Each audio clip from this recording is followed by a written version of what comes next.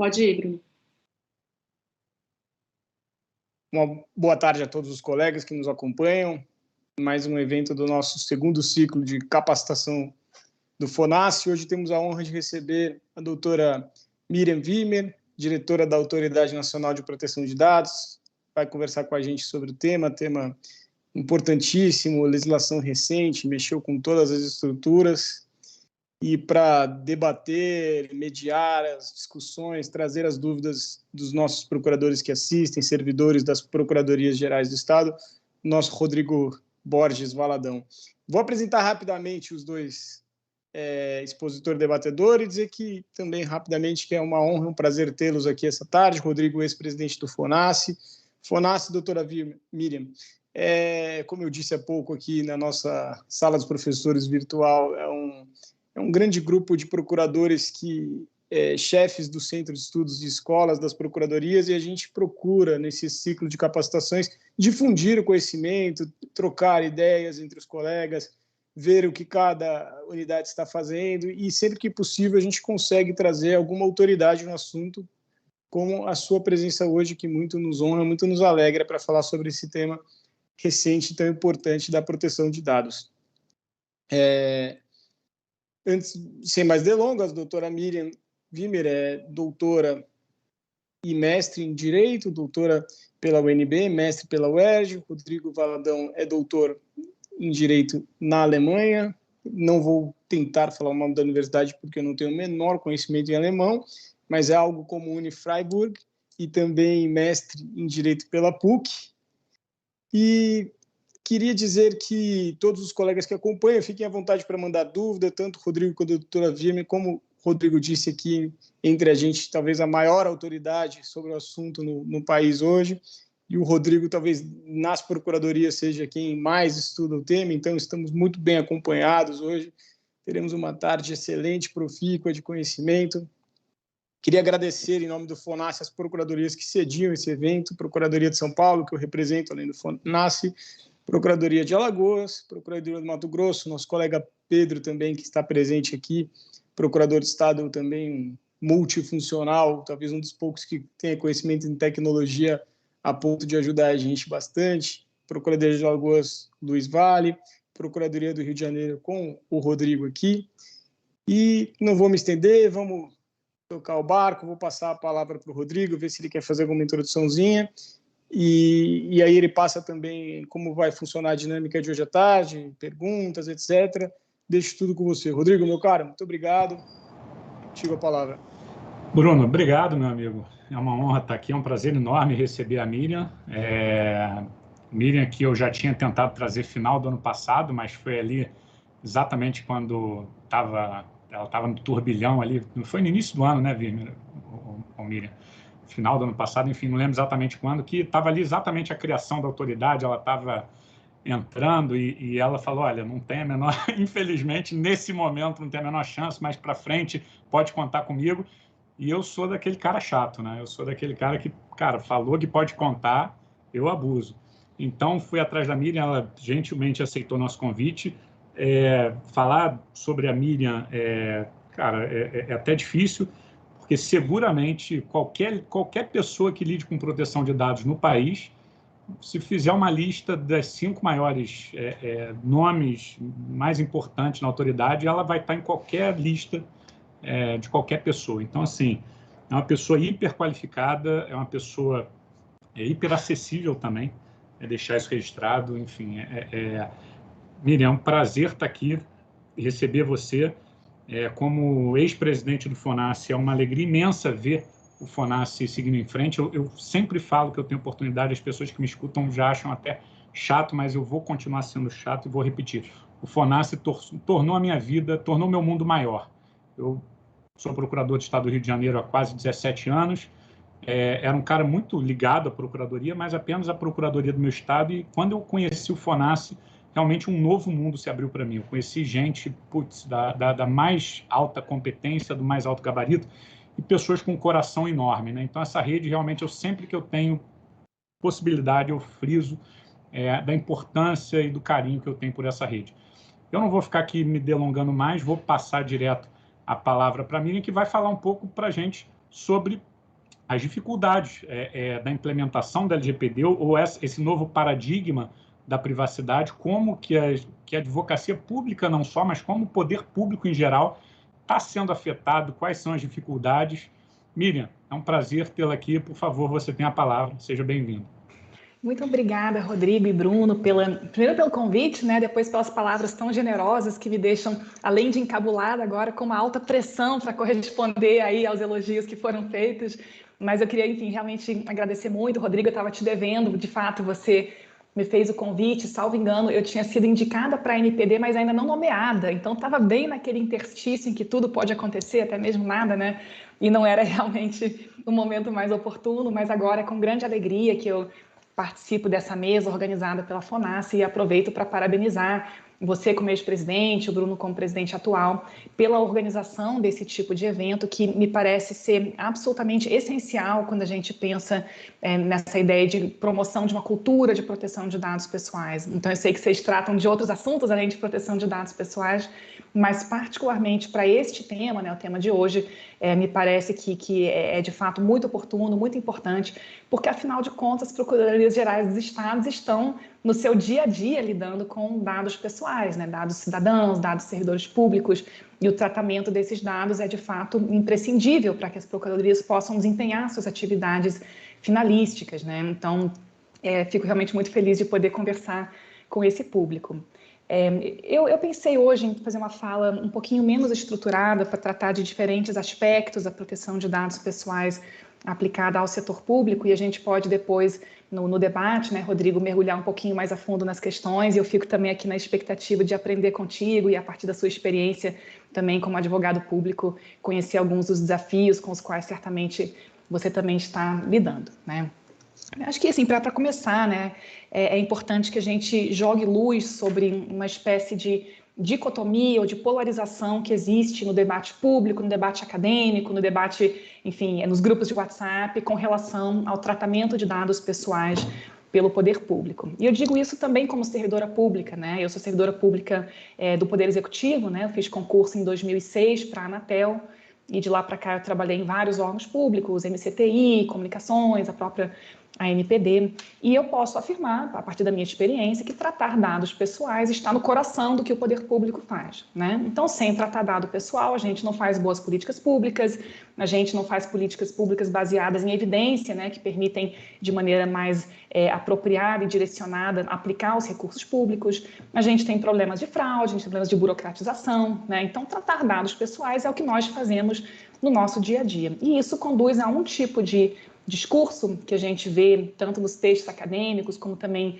em determinados grupos, que é assim, olha, quanto mais dados o Estado tiver, melhor, né? Quanto mais dados, mais eficiente, menos burocrático, mais inovação, o Estado tem legitimidade para tratar dados pessoais, é importante que ele faça o máximo possível. Esse é um lado do discurso.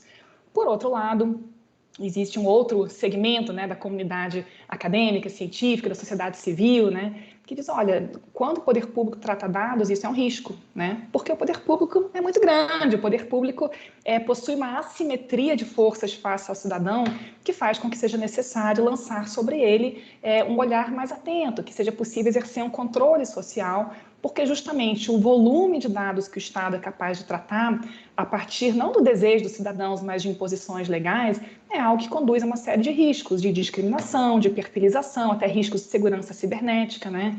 E nós temos aí, na história dos últimos 100 anos, vários exemplos de maus usos de dados pessoais realizados pelo poder público, e isso faz com que um outro lado do debate público se oriente para a percepção de riscos. Não precisamos colocar um freio no Estado, precisamos controlar, precisamos assegurar uma transparência ampliada justamente para evitar esses abusos, né, para evitar o compartilhamento desenfreado de dados entre diferentes órgãos e entidades do poder público, para assegurar que o cidadão possa continuar tendo autodeterminação informativa face a essa caixa preta, né, que muitas vezes é a metáfora utilizada para se referir ao Estado, né? E eu acho que justamente essa polarização entre esses dois discursos que parecem tão desconectados, né? De um lado, eficiência, desburocratização, tá? De outro lado, riscos, terror, né? Assimetria de força. Essa desconexão, ela decorre, talvez, justamente do reconhecimento dessas características muito particulares que existem entre a relação cidadão-Estado, que são diferentes daquelas que existem entre, por exemplo, consumidor e empresa, né? Porque a relação do cidadão com o Estado, ela não é voluntária, ela é compulsória. Ela não é horizontal, ela é assimétrica por definição. O Estado tem o poder de botar alguém na cadeia, né, de aplicar penas restritivas de liberdade. Então, existe uma assimetria de forças aqui tremenda, né? E também pelo fato de que essa relação Estado-cidadão é uma relação contínua, né? Então, a gente tem aqui compulsoriedade, assimetria, continuidade, né? Uma relação na qual o cidadão é pequenininho e tem poucas armas para se defender de eventuais maus usos, né? E, ao mesmo tempo, a gente tem exemplos, né, como eu mencionei, que demonstram que nem sempre o Estado toma as melhores decisões no que tange ao tratamento de dados pessoais. E eu acho que quando a gente observa essa dicotomia, né, essa tensão que existe no debate público, que a gente vê refletida dentro da LGPD, quando tem normas que parecem indicar vamos compartilhar e outras não, mas nem tanto, né? A gente vê essa tensão claramente, né, dentro da própria norma. Eu acho que isso nos leva a dar um passo atrás e pensar, afinal de contas, o quão bem o Estado deve conhecer o cidadão, né? O quanto que é legítimo que o cidadão saiba sobre os indivíduos, né, os seres humanos que, por acaso, são cidadãos de um determinado Estado nacional, né? E essa é uma pergunta que é muito difícil de responder, ela é talvez subjetiva em certa medida, então alguns se sentem muito confortáveis em compartilhar muitas informações, outros menos, né? Mas, independentemente da resposta, uma coisa nós temos que concordar, que quanto mais um Estado enxerga o cidadão, maior e mais eficaz é o seu poder de intervenção, seja para o bem, seja para o mal, né? E aqui eu poderia trazer exemplos, né, de boas políticas públicas feitas a partir do tratamento de um grande volume de dados, como também exemplos, inclusive históricos, que demonstram que muitas vezes um Estado que sabe demais tem essa informação instrumentalizada para políticas de perseguição de grupos raciais, étnicos. Tem um caso muito famoso, muito conhecido, que ocorreu na Holanda, né, em Amsterdã, durante o período do regime nazista, em que foi compilado um mapa a partir do cruzamento de várias bases de dados, e nesse mapa, cada pontinho preto representava 10 judeus. E esse mapa foi utilizado justamente para perseguir e depois deportar para campos de extermínio a população judaica, e esse foi um fato que, inclusive, levou à própria elaboração da categoria de dados pessoais sensíveis. Então, a gente vê que essa polarização entre esses distintos pontos de vista é algo muito presente, assim, é algo que eu vejo até nos grupos de WhatsApp, quando o mesmo fato, às vezes, gera comemorações de um lado e pânico do outro lado, né?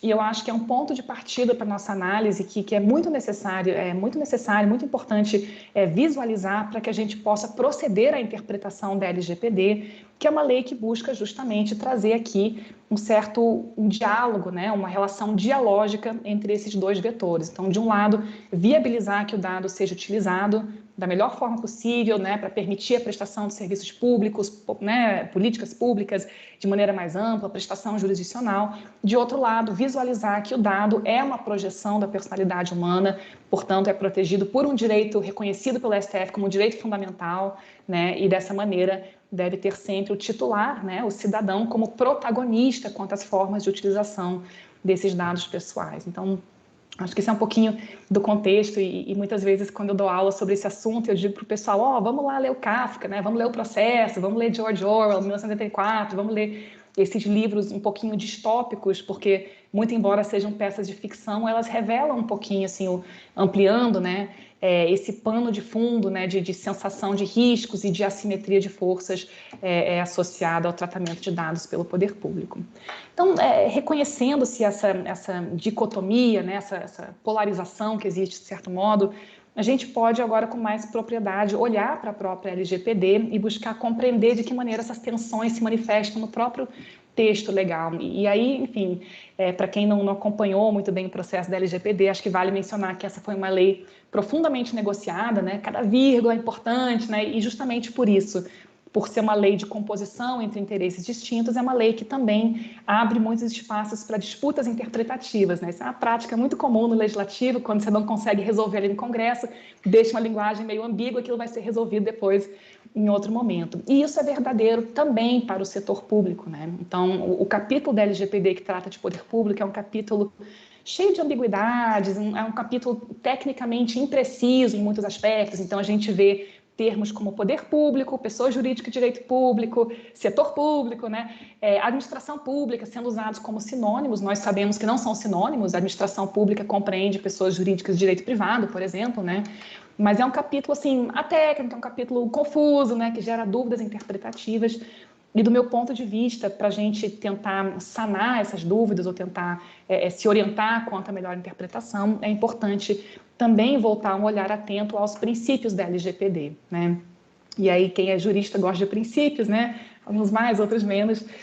E eu acho que vale lembrar que a LGPD inaugurou aqui um conjunto de novos princípios, né? Princípios dos quais a gente nunca tinha ouvido falar: finalidade, adequação, necessidade, né? Responsabilização e prestação de contas.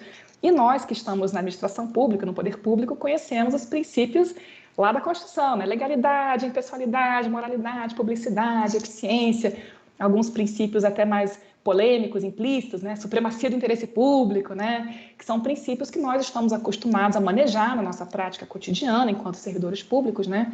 E aí vem a LGPD com novos princípios, né?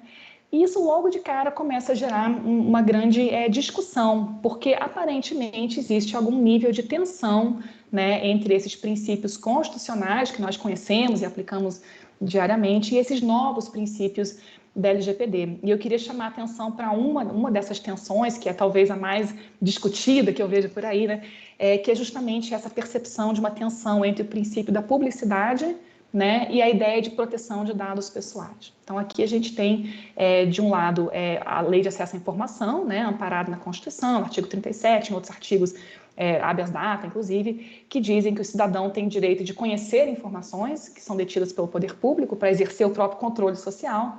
E, de outro lado, a gente tem a LGPD, que diz, não, mas olha só, a gente tem aqui dados pessoais, né? A gente tem dados pessoais, esses dados devem ser protegidos, devem levar em consideração, sobretudo, os interesses do titular dos dados, né? Devem ser tratados de maneira leal, previsível, etc. E aí um primeiro problema com o qual muitos órgãos se deparam é, bom, e agora? O que eu faço? Esses dados que eu já publiquei, eu tenho que despublicar? A LGPD introduziu aqui uma nova hipótese de sigilo, o que eu faço com dados abertos, os portais da transparência, né? Então, são questões muito recorrentes, né? E muito práticas, né? Então, no poder executivo, na esfera federal, a gente usa o SEI, eu não sei se as procuradorias estaduais também usam, né? E aí tem o modelo SEI Consulta, que qualquer interessado pode entrar na internet, pesquisar e tal. E descobriram esses dias em um dos ministérios aqui que se você digitasse CPF no campo de busca, simplesmente apareciam todos os documentos que tinham um CPF de qualquer pessoa, né?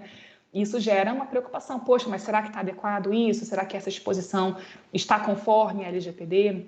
E aqui um primeiro ponto, né, que eu diria que não está ainda resolvido, que nós estamos ainda construindo esse entendimento, diz respeito, então, à convivência entre LAI e LGPD.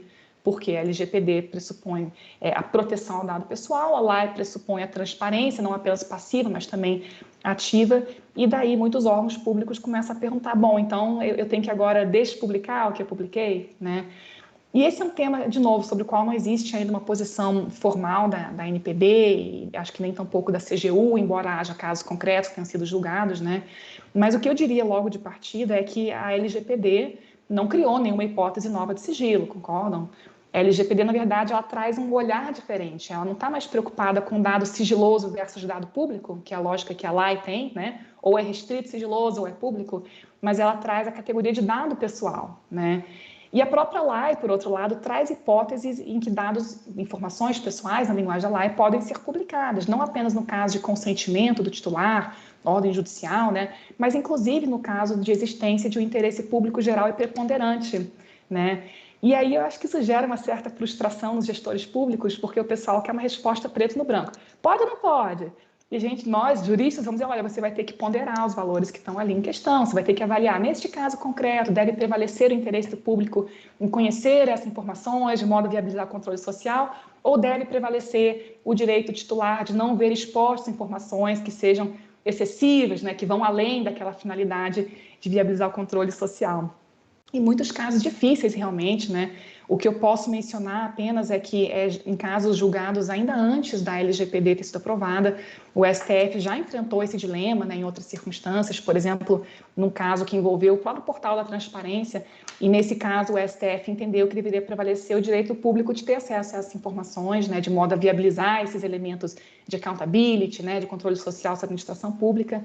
Num outro caso, não ligado a poder público, mas que, de certo modo, enfrenta um dilema parecido, o caso das biografias não autorizadas, também o STF entendeu que não haveria que se falar numa proibição a priori de publicação de informações que pudessem ser de interesse público, muito embora se pudesse posteriormente buscar algum tipo de reparação, né, caso houvesse violação enfim, danos materiais ou morais, né, experimentados pelo biografado. Então, em muitos casos, inclusive em casos recentes, inclusive no contexto da pandemia, a gente tem visto os tribunais se inclinarem a favor da transparência, né? E aí o que a LGPD nos traz talvez é um ferramental para fazer essas ponderações, né? Então, bom, vamos fazer um relatório de impacto, vamos verificar se o princípio da adequação está atendido, o princípio da necessidade, né? Se existem formas, inclusive técnicas, por exemplo, mascarando partes do CPF, de viabilizar que a informação seja publicada sem expor demasiadamente a vida daquele cidadão, né? Então, esse é um ponto assim, que gera bastante discussão e que me parece muito interessante, muito particular aqui para a nossa discussão sobre o setor público, né? Mas é claro que as tensões, as controvérsias e as tretas, né, elas não param na questão da transparência e publicidade, mas elas também se referem, mesmo eu diria assim, a um pouquinho à cultura que nós temos no poder público. E eu falo isso, eu faço autocrítica como servidora, né, há 15 anos. Muitas vezes a gente se reveste ali do manto do interesse público, da supremacia do interesse público, para justificar determinados tratamentos de dados pessoais, com uma certa, digamos assim, preguiça, né, de fazer a avaliação de maneira mais pormenorizada. Então, é muito simples, é muito tentador, eu diria, em casos concretos, a gente diz, olha, nesse caso eu tenho aqui um pequeno interesse privado, mas um grande interesse público, então vamos, né, compartilhar esses dados, vamos realizar tal tratamento, né, então vamos desenvolver tais sistemas, né, muitas vezes em busca de benefícios realmente sociais amplos, então desburocratização, né, ampliação do governo digital, né, combate a fraudes, né, são elementos muitas vezes trazidos debaixo desse chapéu grande de supremacia do interesse público que ocasionalmente acabam gerando uma mitigação de direitos associados à proteção de dados pessoais. E aqui, de novo, o que a LGPD traz, assim, para além de todo o debate sobre supremacia do interesse público, que tem sido muito criticado na doutrina, né, o que a LGPD traz, na verdade, é a visão de que quando a gente fala de proteção de dados pessoais, não estamos falando apenas de interesses individuais atomizados, porque a proteção de dados pessoais é um dever, digamos assim, de um Estado democrático de direito, que pretende ser confiável. Por quê? A proteção de dados pessoais pode ser compreendida, inclusive, como um direito viabilizador de outros direitos essenciais a um Estado democrático de direito, como a liberdade de expressão, a liberdade de associação, até mesmo a liberdade de locomoção, quando a gente pensa em reconhecimento facial, por exemplo. E assim é que na discussão acadêmica fala-se hoje, inclusive, de direito à proteção de dados pessoais, titularizado não por indivíduos, mas por grupos, né? Justamente em função dos impactos díspares de algumas decisões algorítmicas, por exemplo, que inclusive são cada vez mais comuns no próprio poder público. Então, aqui, falando dessas tensões entre princípios, de novo, o que me parece é que não é possível, de antemão, ter um interesse público que, né, já a priori sempre vai se beneficiar de uma prevalência face a outros direitos, inclusive face à proteção de dados pessoais, não apenas pelo fato que a supremacia do interesse público é um conceito controvertido e já muito disputado, mas também porque a proteção de dados pessoais refere-se não apenas a indivíduos isolados, mas também a comunidades e grupos determinados. Então, esse é um aspecto que me parece bastante importante e que vai gerar desdobramentos também muito concretos, né, quando a gente pensa, por exemplo, em usos secundários de dados pessoais, ou seja, o tratamento de dados pessoais para finalidades distintas daquelas que justificaram a coleta no âmbito do poder público, né? Eu estou vendo que meu tempo está quase no fim. Eu queria gastar mais uns 10 minutinhos, Rodrigo, se me permitir, só para falar sobre a questão das bases legais, que eu acho também que é um tema que suscita muita discussão e muita controvérsia, né? Então, a LGPD é uma lei que incorporou aqui um modelo europeu de proteção de dados, né? E esse é um modelo que a gente chama de modelo ex ante de proteção.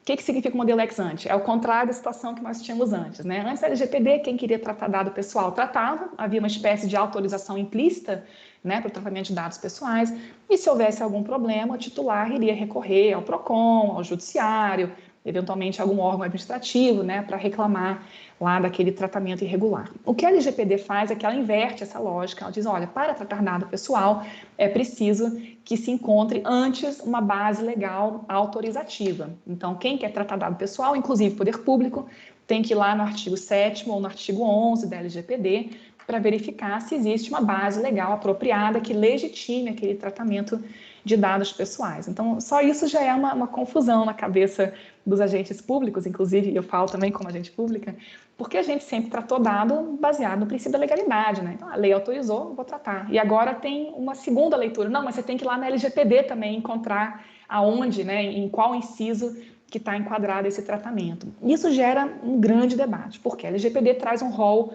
amplo, generoso, de bases legais, né, que incluem cumprimento de obrigação legal regulatória, consentimento titular, legítimos interesses, execução de política pública, tutela da saúde, enfim, um leque ali de opções, né, inclusive um leque mais amplo do que o leque que tem na Europa, lá são 6 bases legais, aqui são 10, né, e aí começa um debate sobre, mas qual que é a base legal apropriada para o poder público, né? E aí eu me lembro, assim, logo que a lei foi aprovada, assim, discutindo ainda a sanção, veto e tal, essas dúvidas começaram a surgir. Eu me lembro de ter ouvido uma colega do Ministério da Saúde, se não me engano, dizendo, não, mas vem cá, agora eu tenho que ter consentimento para poder, na certidão de nascimento da criança, ter o CPF dela, né? Ou será que é porque consentimento parental, porque é menor de idade? Então começa a ter essas dúvidas interpretativas que decorrem, de um lado, da relação da LGPD com outros marcos normativos, e da própria contradição interna da LGPD, quando, por exemplo, fala que para criança e adolescente tem que ter consentimento dos pais ou responsáveis, mas lá no artigo 7º tem outras bases legais. Então, a gente começa a ver essas dúvidas surgindo, né? E o que me parece, quando a gente olha também para a LGPD, é que justamente essa relativa falta de tecnicidade na elaboração da lei nos leva a algumas situações realmente duvidosas, né? Então, quando a gente olha para o artigo 7º, tem uma base legal que parece que foi desenhada especificamente para o poder público, que é o artigo 7º, inciso 3, que fala que a administração pública pode tratar dados pessoais para a execução de políticas públicas previstas em leis, regulamentos, decretos ou instrumentos de natureza contratual, exceto quando forem dados sensíveis, e aí tem que ser só lei e decreto, né? E a primeira perplexidade que surge, e falando só do executivo, né, só para simplificar, né, puxa, mas nem tudo que a gente faz é política pública, né? O que é política pública? Né? Será que quando eu contrato uma secretária terceirizada, isso é política pública? Será que quando eu exerço o poder de polícia administrativo, isso é política pública? Né? O que é política pública? Será que quando eu pago o salário de um servidor, isso é política pública? Né? E isso nos leva a uma discussão sobre bases legais. Alguns autores vão dizer, não, mas aí quando fala em cumprimento de obrigação legal regulatória, estaria coberto. Outros dirão, bom, mas muitas vezes o Estado não age por obrigação legal, mas sim no exercício de competências discricionárias, né, em que há um juízo de conveniência, oportunidade. Então, como é que a gente vai encontrar as bases legais apropriadas para essas várias atividades desempenhadas dentro do poder público, né, que incluem atividades meio, atividades finalísticas, atividades com parceiros privados, que envolvem, às vezes, o compartilhamento de dados? Como é que a gente enquadra essas bases legais, né? E aí o que me parece, assim, é uma posição particular, né, é que lá o artigo 7º, 3, ele próprio aponta para o capítulo de poder público, né, e quando a gente vai ler o artigo 23, ele traz aqui uma ampliação, assim, muito grande, né, dessas bases legais, ao falar em atribuições legais do poder público, né, no exercício de competências, né, então lá no artigo 23 a gente tem uma espécie de abertura, realmente, que parece com mais precisão captar as inúmeras atividades desempenhadas no executivo, no legislativo, no judiciário, que não se limitam a políticas públicas, né, e nem sempre correspondem a obrigações legais, no sentido mais estrito, mas de fato correspondem a atribuições legais do serviço público, né, que parece um conceito muito mais amplo. Então, essa é a primeira questão. Assim, eu tenho visto muitos órgãos se baseando no artigo 7º, combinado com o artigo 23, e para mim parece uma postura bastante apropriada, bastante razoável, mesmo porque o artigo 7º aponta lá para o capítulo 4, então explicitamente é feita essa conexão. Mas aí resta a dúvida, né? Bom, então será que as outras bases legais não podem? Que tal o consentimento? O Estado pode soltar dados pessoais com base no consentimento, né? E eu lembro que esse é um debate que enfim, transcorreu em todos os ambientes. Teve, acho que no ano passado, até uma medida provisória que falava de consentimento para tratamento de dados pessoais, acho que para a questão de carteirinha estudantil, né?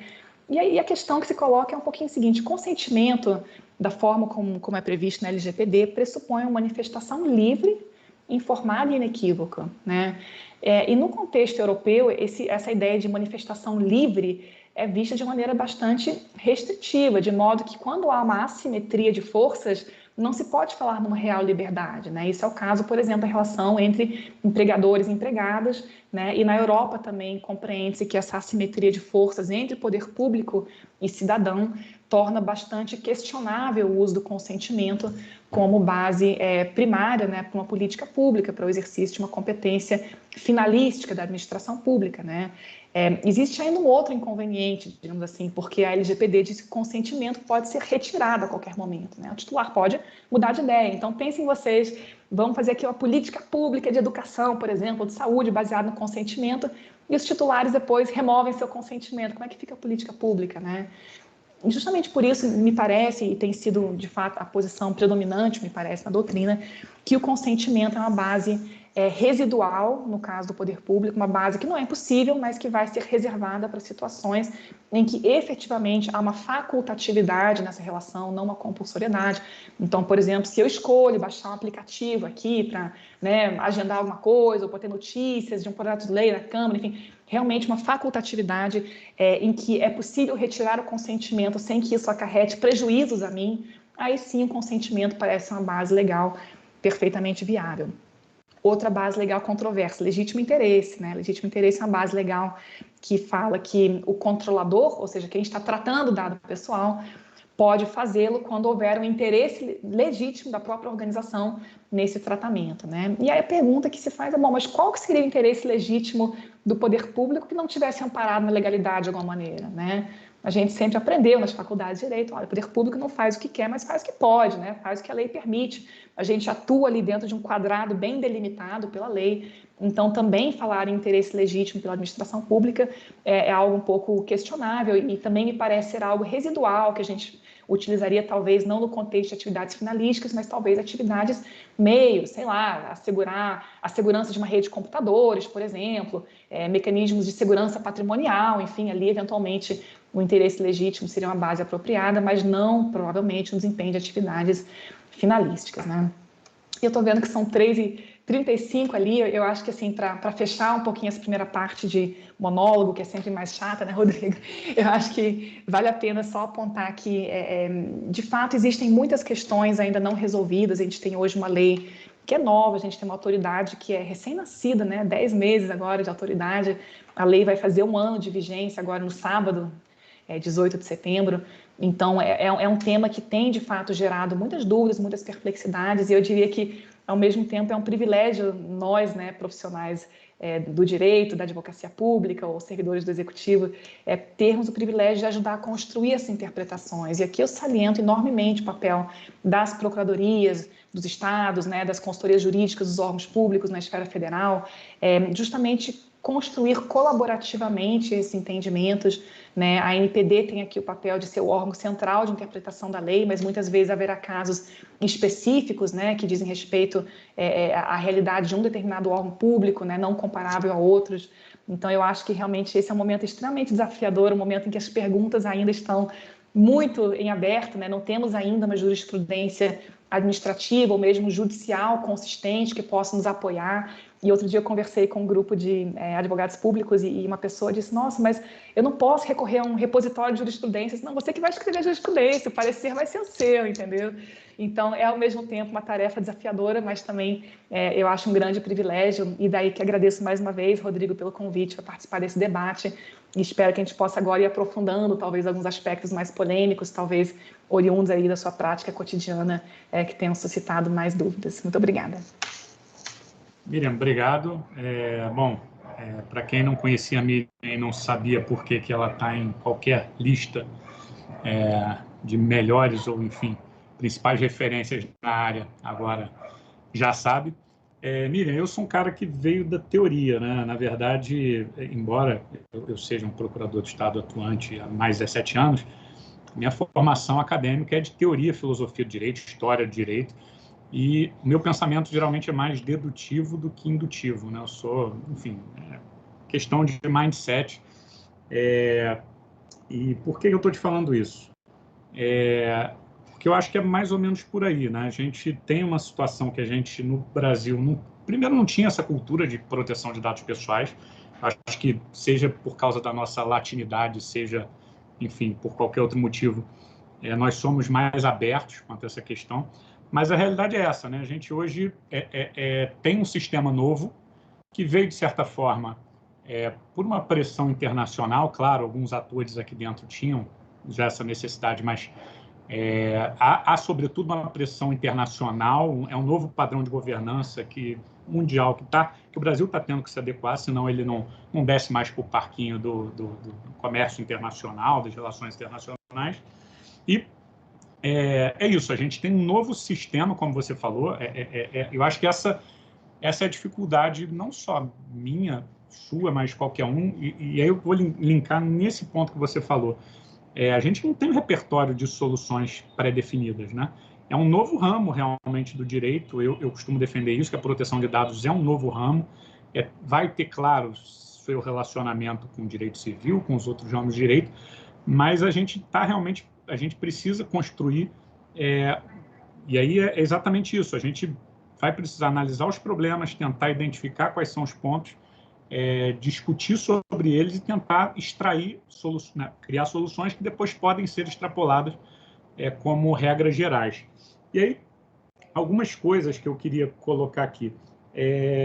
Primeiro é isso, é um novo sistema normativo que, com princípios, regras próprias, a gente vai ter que, num país sem tradição de proteção de dados, olhando a experiência estrangeira, mas, de certa forma, também, o que eu vejo, e aí você, por favor, me corrija se você achar que eu estou falando alguma bobagem, a gente tem que ter cuidado um pouco de olhar a experiência estrangeira, porque ela vai ser, de certa forma, indicativa, né? Nós temos o nosso próprio padrão normativo, nós vamos ter a nossa própria autoridade, a gente deve, claro, olhar lá para fora para o que estão fazendo, a gente vai dialogar, tem toda a questão de transferência internacional de dados, enfim, mas a gente deve tomar cuidado para simplesmente não ficar de frente para o mar, né, e de costas para o Brasil, já diz o ditado, né? A gente vai ter que construir o nosso próprio sistema. E aí eu queria, como primeiro ponto, vou colocar mais 2 aqui, como primeiro ponto, que você falar sobre isso, né? Qual é esse desafio, né, de realmente fazer uma coisa nossa, com o nosso gingado, digamos assim, sem perder essa conexão com a necessidade internacional. A segunda, e aí talvez me contradizendo com esse primeiro ponto, já há uma sólida jurisprudência, principalmente na Corte de Justiça da União Europeia, sobre essas questões, né, que são, claro, produzidas com base no seu próprio quadro normativo, mas que talvez sejam muito interessantes para a gente olhar. Se a gente for olhar algumas decisões já importantes da Corte de Justiça da União Europeia, enfim, não vou citar nenhum aqui, mas já tem um case law, né, bem consolidado. A ideia mais ou menos é essa. Primeiro, a gente analisa se há uma interferência no direito fundamental à privacidade e proteção de dados. Depois, há uma restrição? Há interferência? Bom, não há. Se não há, problema resolvido. Se há uma interferência, aí temos outras perguntas. Primeiro, há uma base legal, né, ou seja, há uma previsão legal que justifica essa restrição, veio por meio de lei? Terceiro, há uma base legal. Vamos para outra. Há interesse público? Ou seja, há um interesse público que justifique essa restrição? Ok, há. Bom, então a gente vai ter que ter uma outra análise, que é a análise da proporcionalidade. Essa interferência é justificada? É proporcional no sentido estrito de atingir o mínimo possível dentro desse direito fundamental? Então, embora a gente vá construir tanto em sede regulatória com a autoridade nacional e depois em sede jurisprudencial, há um certo parâmetro que talvez a gente possa não pegar emprestado, mas pelo menos se inspirar, olhar como já foi feito, o que já deu certo, o que já deu errado, para tentar construir a nossa própria identidade, digamos assim. E esse também é o segundo ponto que eu queria, né, especificamente sobre esse roteiro, talvez, que a Corte Constitucional, a Corte de Justiça da União Europeia já traz, né, até onde a gente pode trazer essa experiência, ela talvez fosse compatível com a nossa realidade. E, por fim, o terceiro ponto, que eu até, curiosamente, você falou, eu vejo pouca gente falando sobre isso. Você escreveu um artigo onde você fala sobre isso incidentalmente, você fala ali uma página sobre isso, que é o repurposing, né? Que é a ideia de de readequação de finalidade, ou seja, o dado com a ideia, quando a gente pensa no princípio da finalidade, a gente pressupõe que o dado seja coletado para uma finalidade. Só que, e aí eu nunca me deparei com nenhum caso concreto disso na minha vida, mas no direito administrativo a gente aprende lá sobre a predestinação, né? Ou seja, uma desapropriação que foi feita com uma finalidade, mas acaba sendo utilizada para uma outra finalidade. Eu já tinha isso na cabeça, comecei até a escrever um artigo sobre isso. Quando eu vi esse seu artigo, eu falei, putz, não estou tão louco assim, tem alguma coisa aí que a gente possa analisar. Inclusive, eu estou escrevendo um artigo com o Fabrício agora, Fabrício da Mota Alves, e a gente está terminando esse artigo, que é exatamente tratando sobre isso, né? É uma proposta de predestinação, pegando emprestada a nomenclatura do direito administrativo, para a proteção de dados. Será que é possível? E aí, se for possível, em tese, qual seria a fundamentação legal? Quais seriam as restrições? Isso eu queria que você falasse um pouquinho mais egoisticamente, porque como eu estou escrevendo sobre isso, talvez fosse interessante que você aprofundasse um pouquinho mais, porque esse artigo, esqueci o nome do artigo agora, um artigo que você lançou recentemente, se eu não me engano, foi no Tratado de Direito, Tratado de Proteção de Dados, é possível que tenha sido lá. Enfim, eu queria que você falasse um pouquinho mais, que é um tema que para mim é muito, pelo menos na teoria, como eu nunca me defrontei com nenhum problema prático, é um tema muito interessante, né? A possibilidade da administração pública ter coletado dado por um lado e acabar tratando com outra finalidade, claro, também pública, com todos os requisitos que a gente exigiria de qualquer outro tratamento. Então, são esses três pontos que eu queria que, se possível, você compartilhasse um pouquinho aqui a sua avalizada interpretação. Legal, Rodrigo, excelente. Eu vou começar pela sequência, mas eu vou me deter mais sobre o terceiro ponto, que para mim também é uma questão super interessante, tá? Então, eu acho que você traz aqui uma ponderação muito relevante, que é assim, a gente tem aqui um modelo europeu, a experiência europeia, ela não deve ser acriticamente importada para o Brasil, justamente porque nós temos especificidades, nós temos no próprio campo do direito administrativo, né, um rolo que não é comparável ao europeu. A gente tem um ambiente institucional também muito diferente, com, por exemplo, PROCONs, ministérios públicos estaduais, né? Então, realmente não dá para simplesmente transpor de maneira crítica. Mas é claro, né, que existe ali uma inspiração forte também à medida que a gente busca criar maior interoperabilidade global entre marcos jurídicos, faz todo sentido que a gente não fique reinventando a roda, né, e atribuindo novas interpretações a conceitos já sedimentados em outros países. Então, eu acho que é sempre assim, um pouquinho esse olhar de bom senso. É claro que na ausência, e essa foi a realidade até bem recentemente, na ausência de uma autoridade no Brasil, na ausência de um repertório de jurisprudência no judiciário, na administração pública, faz todo sentido que a gente olhe para a Europa, que a gente busque compreender como essas questões foram tratadas lá, né? Mas a gente sempre tem que ter esse olhar um pouquinho crítico para dizer, será que dá para transportar ou não dá, né? E aí, de maneira bem prática, por exemplo, aqui no Brasil nós temos 10 bases legais, inclusive uma que eu acho que é única, que é a proteção ao crédito. Eu não sei se há essa base legal em outros países. Então, de repente, certos tratamentos que na Europa seriam enquadrados como legítimo interesse, aqui vão ter proteção ao crédito. Mas quais são as condições de contorno dessa base legal que não encontra paralelo lá, né? O legítimo interesse tem todo aquele balanceamento, um cuidado para que o legítimo interesse não se sobreponha a direitos e garantias fundamentais. E proteção do crédito tem o quê? Nada, né? Então, como é que a gente vai interpretar essa base legal jabuticabesca, de certo modo, quando a gente não tem parâmetros, né? Do mesmo modo, a gente não pode interpretar o legítimo interesse de forma idêntica à Europa, porque lá abrange mais coisa. Então, realmente, essa é uma dificuldade, uma realidade aqui brasileira. Mas eu concordo contigo que faz todo sentido a gente não reinventar a roda, né? E acho que esse roteiro que você mencionou, que decorre ali das decisões do Tribunal de Justiça da União Europeia, é um roteiro, sim, bastante sensato, né? Tem uma restrição ao direito fundamental, sim, tem uma base legal para isso, tem interesse público, tem proporcionalidade. Eu acho que é quase que um step by step, né? Um passo a passo, do que nós tenderíamos a fazer também aqui no Brasil. E, de fato, a gente verifica que há inúmeras circunstâncias em que podem ocorrer restrições a direitos associados à proteção de dados pessoais, aqui já compreendendo isso como um direito fundamental, mas que serão justificadas por conta de outros interesses públicos, né, que deverão prevalecer naquele caso concreto. E isso, de fato, eu acho que é muito recorrente no caso de tratamento de dados pessoais no poder público, em que a gente vai encontrar restrições, por exemplo, quanto à questão da publicização de dados, que talvez no setor privado não devesse prevalecer, mas no poder público, por conta dessas exigências de controle social, accountability, vai prevalecer. Inclusive no exercício de direitos do titular, porque certos direitos, como, por exemplo, a eliminação de dados, dificilmente vão ser aplicados quando se trata de arquivos públicos, né?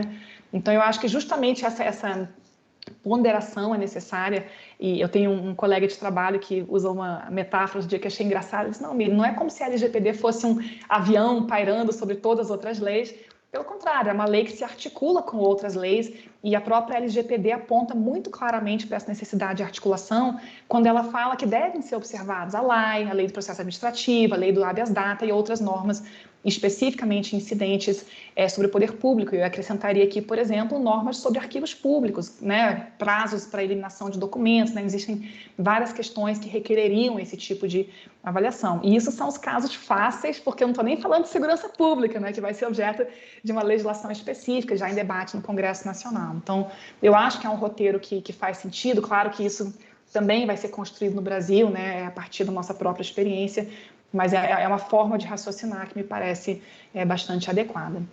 E aí, terceiro ponto que você mencionou, Rodrigo, eu acho que você fez referência a um capítulo que eu publiquei no Tratado de Proteção de Dados Pessoais, e justamente essa questão depois me levou a pensar e estudar um pouco mais. Eu publiquei um artigo especificamente sobre isso, né, sobre usos secundários de dados pessoais no poder público, e eu me lembro, é um artigo acadêmico, reflete uma opinião pessoal, não da NPD, obviamente, né, mas foi uma reflexão que me surgiu com muita força no contexto da pandemia, né? E aí eu comento que eu trabalhava na época no Ministério das Comunicações, quando o IBGE fez aquele pedido de compartilhamento de dados das empresas de telecomunicações, que levou à aprovação da medida provisória 954, salvo engano, que depois foi derrubada pelo STF, reconhecendo um direito fundamental autônomo à proteção de dados. O IBGE se aproximou de nós, a gente quer ter acesso a esses dados. E a primeira questão é, bom, e o princípio da finalidade, né? Esses dados estão em poder de agentes privados, um setor regulado, né, com concessões ou autorizações de serviço público, foram coletados para viabilizar a prestação de serviços de telecomunicações e, né, as atividades acessórias, e agora eles podem, né, ser apropriados pelo poder público para outra finalidade, por mais legítima que seja. Que condições deveriam ser observadas para isso, né?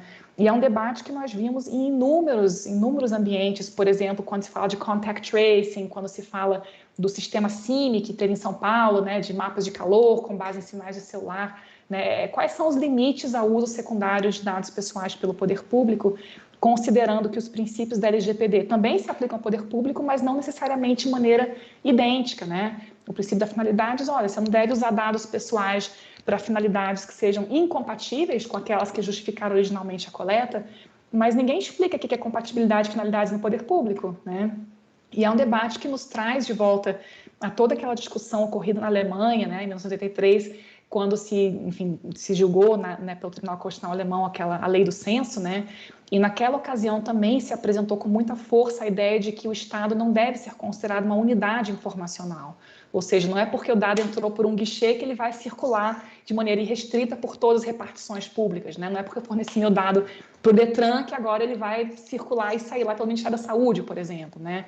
Tem que haver parâmetros para aferir essa compatibilidade de finalidades, e avaliando-se que elas são incompatíveis, tem que haver parâmetros também para que se verifique se é possível remediar essa incompatibilidade, né? E aqui, em particular, eu penso que justamente o interesse público, que é esse conceito tão controvertido, pode, se especificado para o caso concreto, permitir, inclusive, a superação dessa incompatibilidade, mas isso tudo tem que ser precedido, né, de procedimentos, de avaliações que nós não sabemos fazer ainda, a verdade seja dita, né? Esse foi um tema explorado pelo STF no caso envolvendo a ABIN e o Denatran, certamente se acompanhou, Rodrigo. Então, era um caso em que a ABIN pretendia ter acesso à base de dados do Denatran para fins de, atividades de inteligência. Esse compartilhamento seria efetivado por meio de um acordo administrativo que foi suspenso ainda antes da decisão do STF, mas o ministro Gilmar, ali numa manifestação monocrática, entendeu que havia sim problemas ligados a essa lógica de compartilhamento, e depois o tema me parece que vai ser explorado em mais profundidade por conta da ação de inconstitucionalidade que foi movida contra o decreto 10.046, que trata do compartilhamento de dados no poder público, né? Então, justamente essas questões de compatibilidade de finalidades, né, de superar a eventual incompatibilidade, eu acho que são temas ainda não tratados, né, e que a gente vai ter que construir justamente esses parâmetros interpretativos mais sólidos, inclusive para dar segurança para o gestor público, porque a ideia também não é ter um cenário de pânico em que ninguém compartilha nada com medo de ser responsabilizado, mas, por outro lado, né, não permitir um compartilhamento acrítico, né, como se de fato o Estado fosse uma única grande caixa e os dados pudessem circular de maneira ilimitada. Não, maravilha. Só para abusar um pouquinho mais de você, Benê, em primeiro lugar, não conhecia seu artigo novo, depois faço questão em lê-lo, mas só para abusar um pouquinho mais de você, para a gente já encaminhar para o final, estou olhando aqui nas perguntas, tem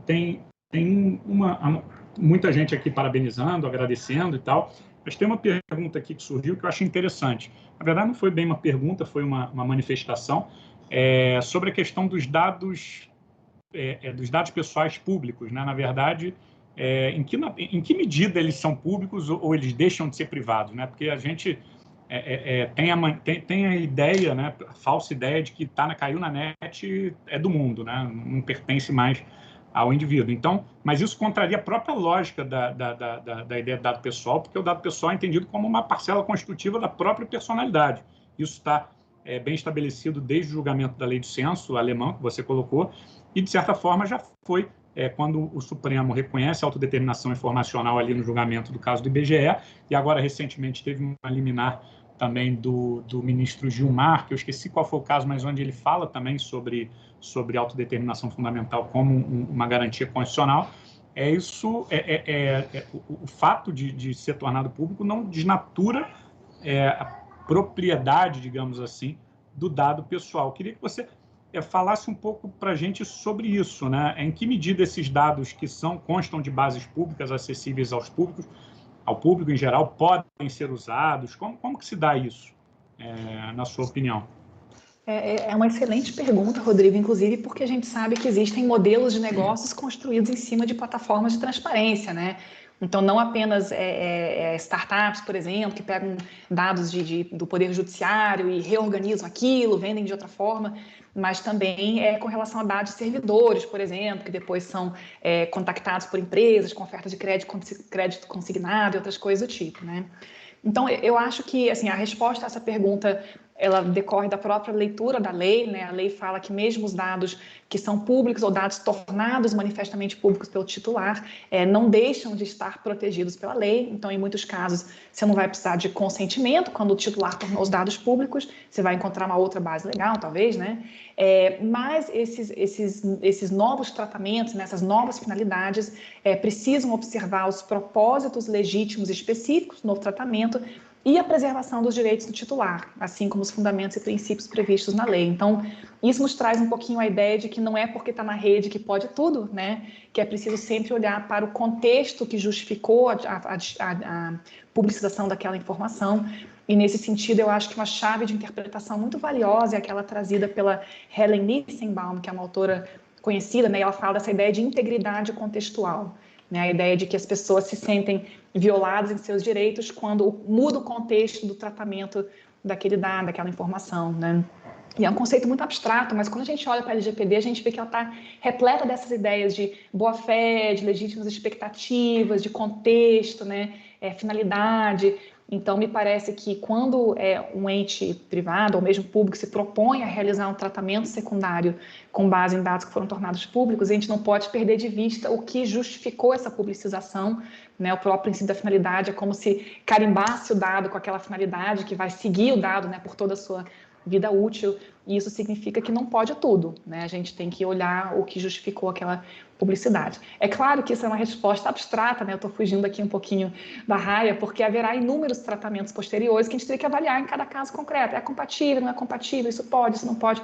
São temas sobre os quais a NPD não se pronunciou ainda de maneira detalhada, né? Mas eu diria assim que, como uma medida de bom senso, se o tratamento secundário for muito distante daquele original, isso acende um alerta, né? Um sinal vermelho de que talvez não seja compatível com a finalidade que justificou aquela disponibilização em primeiro lugar. E eu acho que você tocou num segundo ponto, Rodrigo, que eu acho um debate também teórico muito interessante, que você falou em propriedade, né? Propriedade dos dados.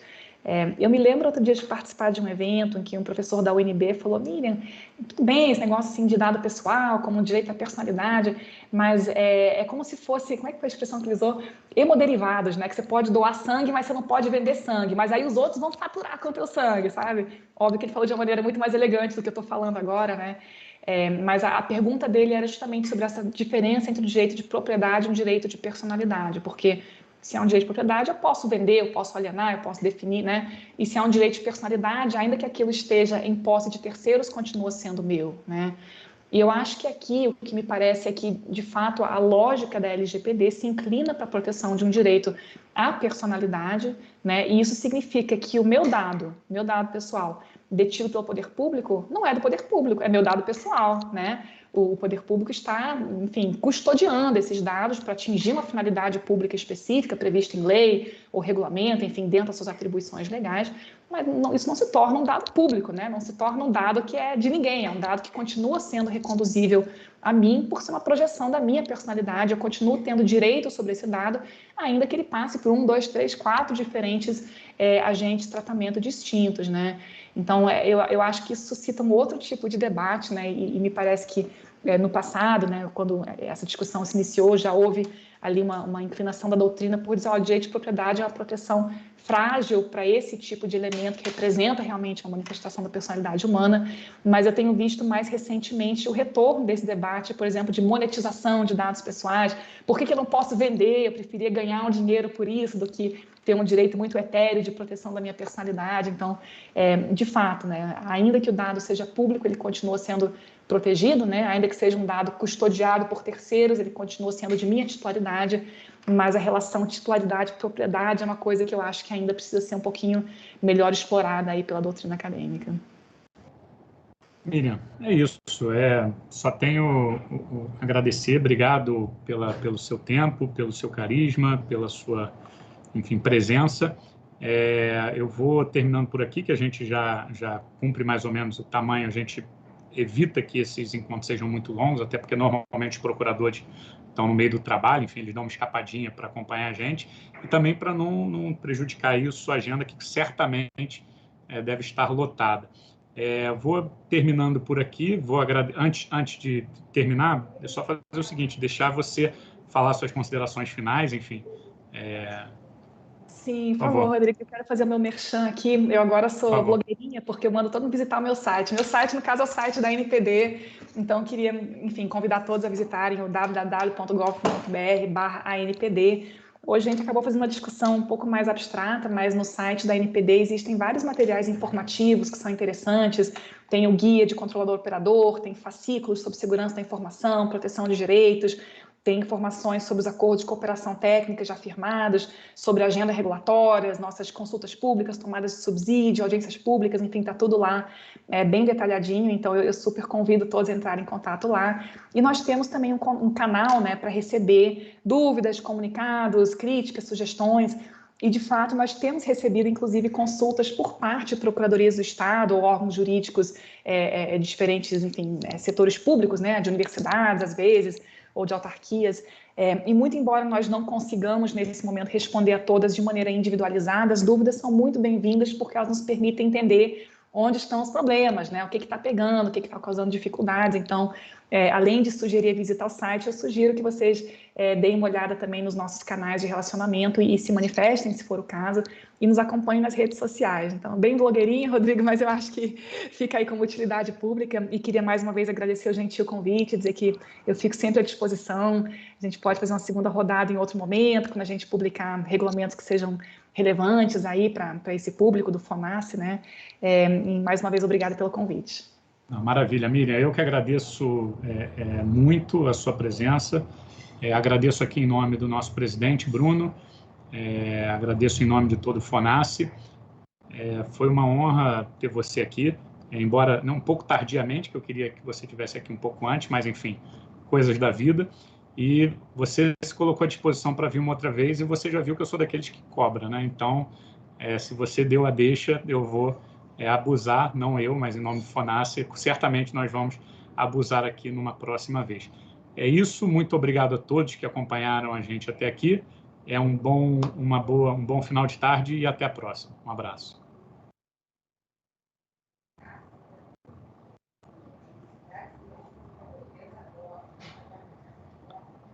Fala, Miriam. Obrigado, viu?